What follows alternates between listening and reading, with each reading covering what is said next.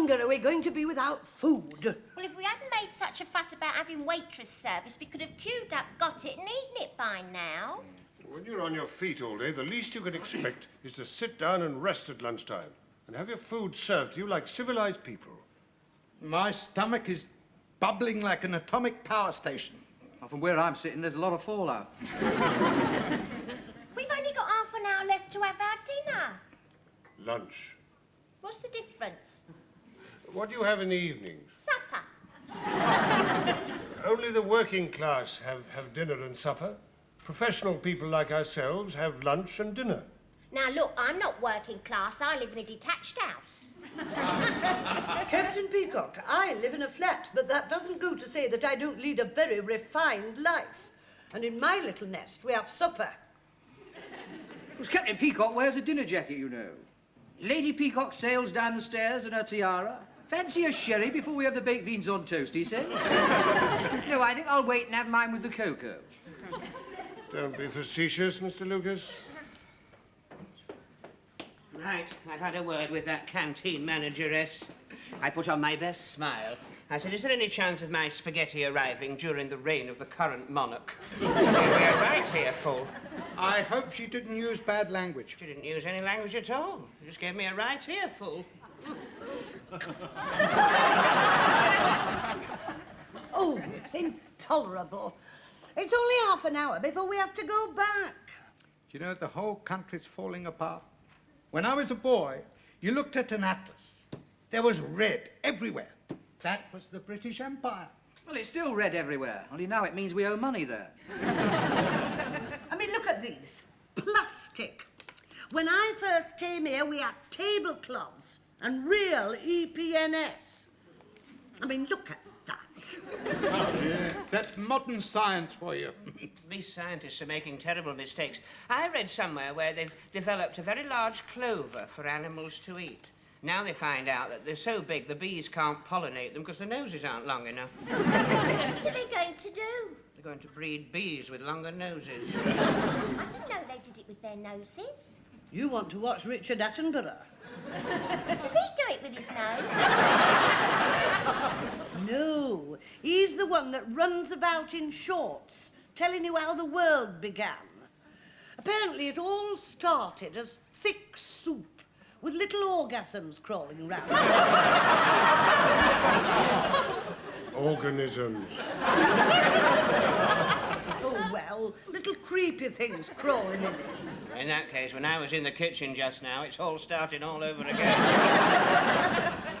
You know, it's amazing to think that out of all that soup came all the flowers and plants and animals, and after millions of years, a sort of man developed. Yeah, and all of them are different types. Yes, indeed. Some of them live in detached houses and some of them in semi-detached. Well, as a superior detached individual, would you like to go and have a word about our grub? Well, that won't be necessary. There's a far simpler way to get in touch with those whose evolution is not advanced enough to enable them to communicate on an intellectual level. What's that, Captain Peacock? One we used to use in the army. Why are we waiting? Why are we waiting? Why are we waiting? Why Why are we waiting? Why are we waiting? Oh, come let us adore. Oh, come let us adore. So, you're the ringleader, are you? Me, the ringleader? Never on your life, darling. I was just expressing a concerted opinion. Does one of you wish to complain, then? We all do. Right, what's it all about? Let's have it. We have been sitting here for half an hour and nothing's arrived.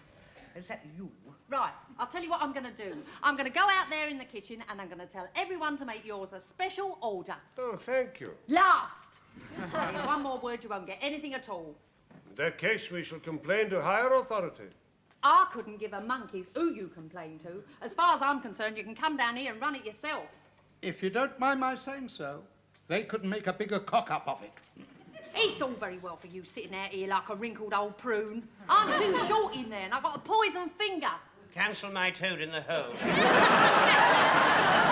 I take great exception to you calling a senior salesman like Mr. Goldberg a wrinkled prune.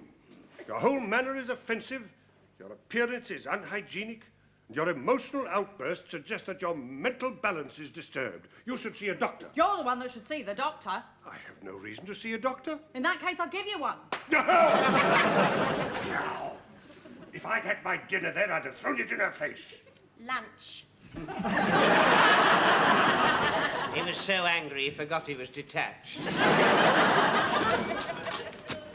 Let me see that I've got this right. Mrs. Slocum was sitting, the canteen manageress came in, and Mr. Goldberg complained because she'd served him poisoned prunes. Not quite right, sir. We all complained because we hadn't been served at all.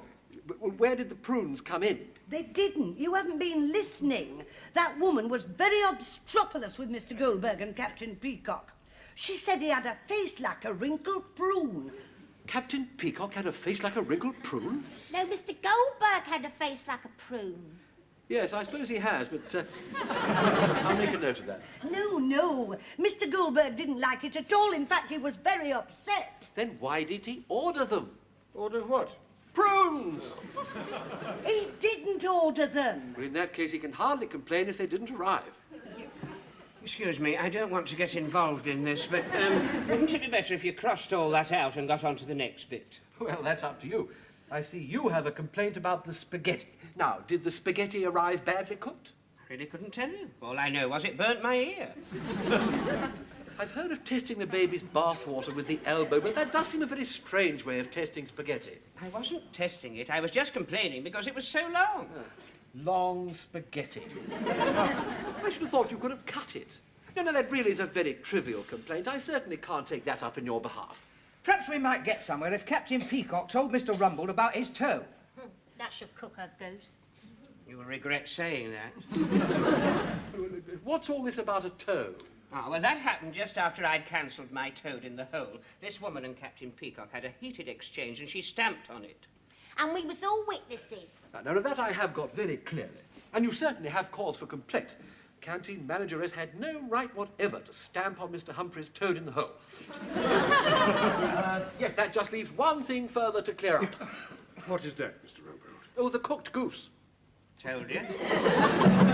Enter. Excuse me, Mr. Rumbold. I don't normally interrupt a meeting like this, but there is an emergency. There's a deputation to see you from the canteen kitchens. Well, tell them to make an appointment. Yes, Mr. Rumbold just can't see anybody, nilly-willy. I shouldn't tell them to go away if I was you. They're in a very, very agitated mood. And the Thai chef's livid. Somebody criticised his toad in the hole and he's waving his chopper about. Oh, well, show them in, Harmon. Kindly step this way, brothers.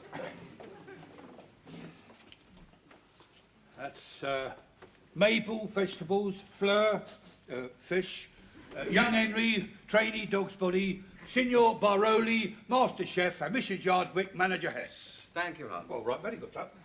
Right, let's have it out. I'm fed up with this lot. I've had it up to here with them. The chef must be drowning in it.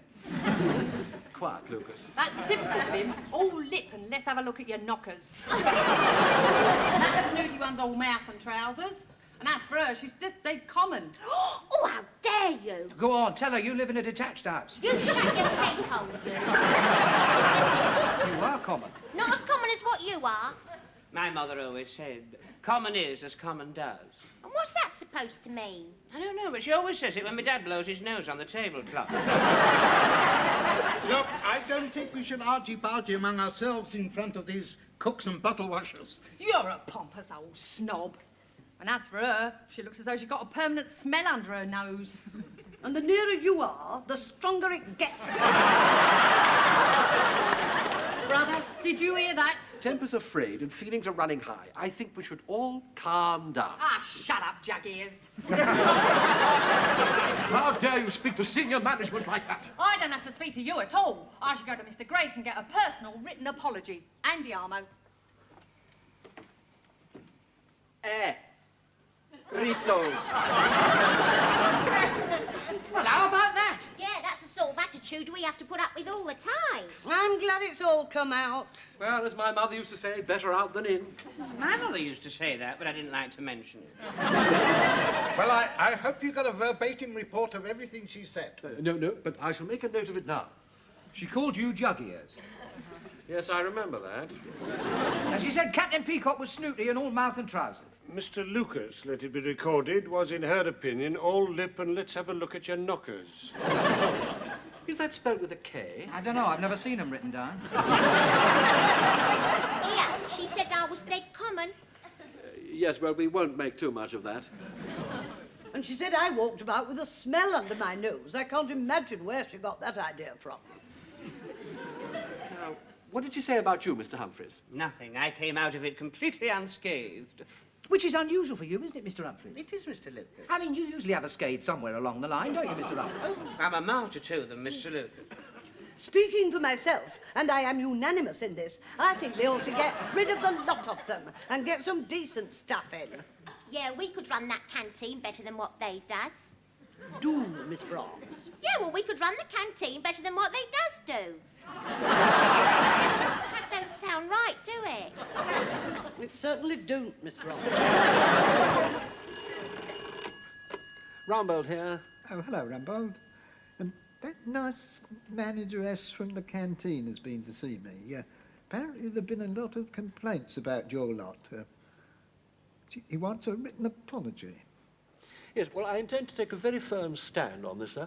She was very aggressive indeed, and my department feel that the whole canteen staff is incompetent. In fact, they feel they could do a damn sight better job themselves. Yeah. Well, in that case, they can start tomorrow morning. The canteen staff's thrown in their overalls and walked out. What shall I do, sir? Well, you'd better sort it out, jug ears.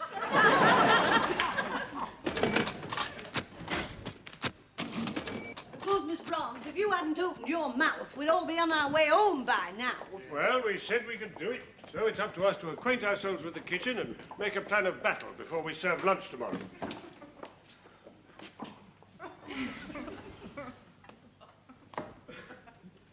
Oh!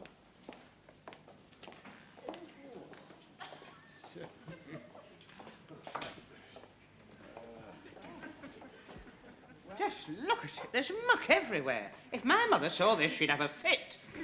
Ooh, to think we've been eating the food what they've been cooking in here. It's like the Marie Celeste. They've even left something on the stove. No, that's my toad in the hole. Well, let's not be daunted by the prospect. As the chief instructor on my Royal Army Service Corps catering course used to say, cooking requires very little intelligence, otherwise women wouldn't be able to do it. Well, if that's the way it's going to be, I'm going. Come on, Miss Brahms. Present company accepted, of course. We've all heard about your culinary expertise, and naturally I shall expect you to be my chief assistant. Oh, you've elected yourself boss, then. Somebody has to get things organised, Mrs. Slocum. Now then, which of us can claim some cooking experience? Lucas. Well, I boil a nifty tin of baked beans. I see. Lucas, preparation, serving, and washing up. Miss Brahms. Oh, she's had a lot of experience in the kitchen, only very little of it to do with cooking. Let us be serious, Mr. Lucas.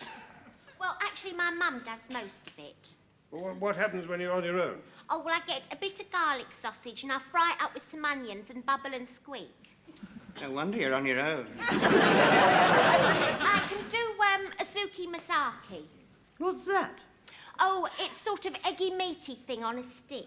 Where did you learn to do that? Well, I had a discreet boyfriend and he fancied a local dish. I said she had a lot of experience in the kitchen. You've got a one-track mind, you have a dirt track. I once made some toffee. We had to throw away the tin. It cost £37. It must have been a very expensive tin. Yeah, my teeth were in it. You know, I've helped my mother in the kitchen ever since I was tall enough to see over the edge of the table. When she was making bread, she used to give me bits of dough to play with, you know, and I used to make bread men and put currants in for eyes and buttons. One day I put a bit of candied peel where I shouldn't have done, and I couldn't go in the kitchen for a fortnight. Sir Humphreys, we don't often have bread men on the menu. Is there anything else you can do? Well, let me try and give you one of my typical menus. Oysters Rockefeller, quails in aspic, deviled lobster with mange tout, followed by baked Alaska and marron glacé. Of course, if we've got visitors coming, I do something special. This is a canteen, Mr. Humphreys, not a trade union dinner. Now, what about you, Mrs. Slocum?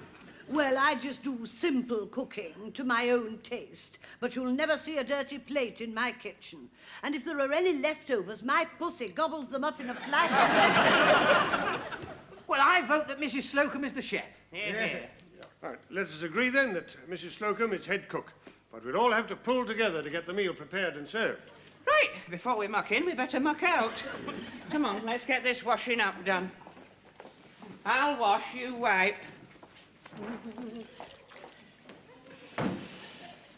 Can I have that other rubber glove? What do you mean? Well, I've got to put my hands in water. I don't want wash-day red hands. Well, what about me? I've got to handle the wet plates. Captain Peacock, could we have a ruling on this, please?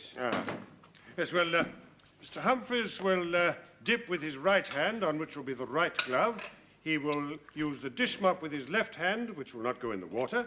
He will then pass the plate to Mrs. Slocum, who will receive it with her left gloved hand. She will wipe it with the tea cloth in her right hand and pass it to Mr. Goldberg, who will stack it with both hands. Where would we be without you, Captain Peacock? Well, now, while we're working, can we discuss possible menus? Who's got an idea for a starter? Well, why don't we have grapefruit like we usually do? Yeah, and if we open the tins now and leave them lying around all night, we can have flies on them like we usually do. Well, I think that since we've complained, we ought to do something quite different. Yes, how about soup? Oh, my mother makes marvellous soup. She uses all the leftovers. She empties the fridge into a big pot, then puts it in the oven on regulo 3. The morning after, she drains it and sieves it and strains it and whatnot, you see. Do you know, the other day she found a death aid in it. Does it still work? No, but the soup did. I don't think soup is very inventive. Well, why don't we take all the bits and pieces we would have put in the soup, put it in the mincer and call it pâté? Why didn't you suggest that a bit earlier? I mean, all the bits and pieces have gone in the pig bin. Not all of them. That lot's just gone on the floor. Do be careful, Miss Browns. I'm not insured for tripping over gristle. Mr. Humphreys, lend us your glove. I'm not touching this with me bare hands. Stop the production line. I'll do it myself.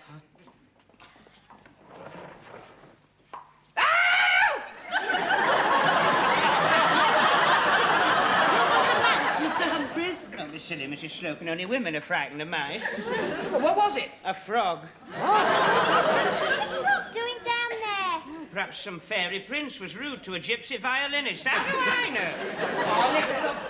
Get out of the way. I'll get rid of it. Don't! That's cruel. That's a living, thinking thing. Possibly of royal blood. Somebody put it in here and get rid of it. No. No need to use that. I'm used to handling frogs. I was always rescuing them from the goldfish pond. Hey, wait. Hey. Shh. Hello. Hey. Hello. Don't be frightened. Reep, reep. Reep, reep. Reep, reep. Tell me they're having a chat. Reep, reep. Reep, reep. Rope, rope. He must have said the wrong thing. He's just jumped through that hole in the skirting board. Here, bung it up with this dishcloth, then he can't get out again. Don't do that. It'll starve to death. Well, we can unbung it before we go home. What I want to know is, how did he get up here in the first place? It probably came up with the watercress as a tadpole. Well, as we haven't had much success with the first course, can we attempt to decide on the main dishes? Captain Peacock, are you sure you're not overtaxing yourself, licking your pencil? Let's get on with your work, Mr. Lucas. They used to make a very good steak pie. Maybe the recipe's still here somewhere. Oh, it's no good producing the same dishes that we've been complaining about. We've got to come up with something quite different. Something, well, French, for instance. Well, if you'd let me have my way with that broom, we could have had frog's legs, couldn't we? It's all very well talking about what we're going to give them. We don't even know what's in the larder yet. Well, that point had just crossed my mind, Mrs. Slocum. Yeah, just after Mrs. Slocum said it. Right. There's one whole pig, one whole sheep, and one hole in the wall with a frog looking through it.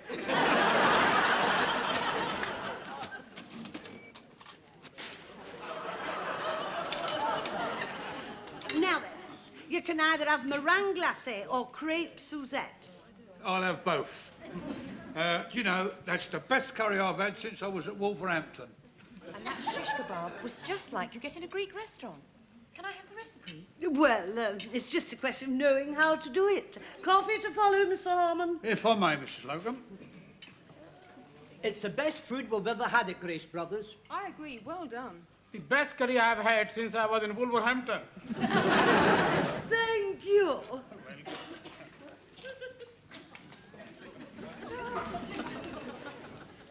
Table 4, keep the change. Thank you. 3 shishes and 2 tandoori. You'll have to wait for your shishes. There's been a rush on them. Captain Peacock, I'm down to my last shish. More shishes, Mr. Lucas. I'm shishing as fast as I can.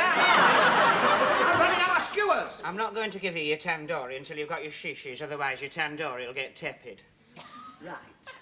Well, can I have a meringue and a crepe on the same plate? Oh, I bet that's for them animals in packing. Mr. Grace has just taken his place in the executive dining room and would like the soup du jour. There's been a rush on that too. I shall have to see the manager. Captain Peacock, are you free? What's the matter, Mr. Humphries? Will you squeeze me another mock turtle? I'm having a crisis with the shishes. It's for young Mr. Grace. 1 turtle soup coming up. Please drop everything else, Mrs. Slocum, and take the soup through to the executive dining room. Yes, Mr. Rumble. Oh, and congratulations to you all. Everyone's most impressed. What's he having after the soup? We'll both have the shish kebab. Ah, that's if Mr. Lucas found some more skewers. Otherwise, you'll have to have it in a lump. Mr. Lucas, have you found any more meat skewers? I'm just converting your coat hanger.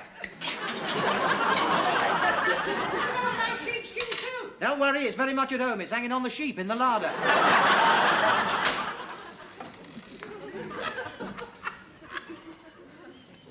By the time the doctor came, I was covered in bandages from head to toe with only one eye showing. Oh, dear. Whatever did the doctor say? He said, I don't like the look of that eye. Now, then, here's your soup, Mr. Grace. Real turtle. Oh, well, good. I like something with a bit of body in it.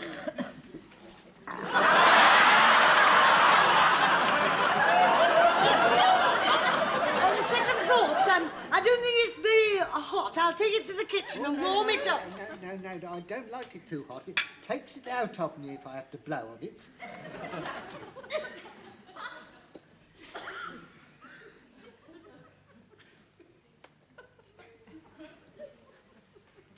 You can taste the turtle in it. Or something. Well, I'll leave you to it then. Oh, Mr. Grace, the bowl is very full. Don't drink all of it or you won't have room for what's to come. I'm enjoying it.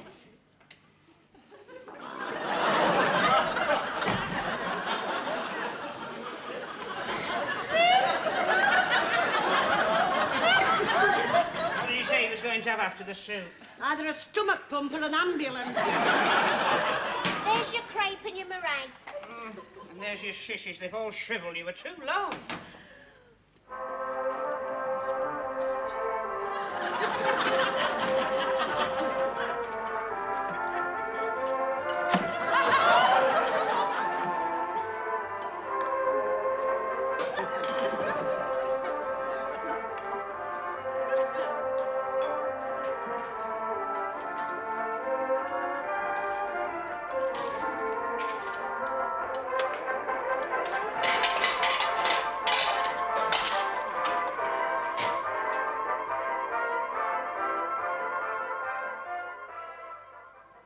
I really enjoyed that. All right, Mr. Grace? Sorry about that, I got a frog in my throat.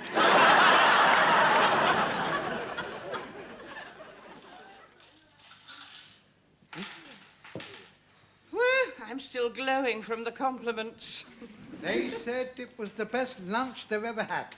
Well, we said we could do better than the others, and we did. How much did we take? £98. And what were the outgoings? Chinese takeaway, 15 quid.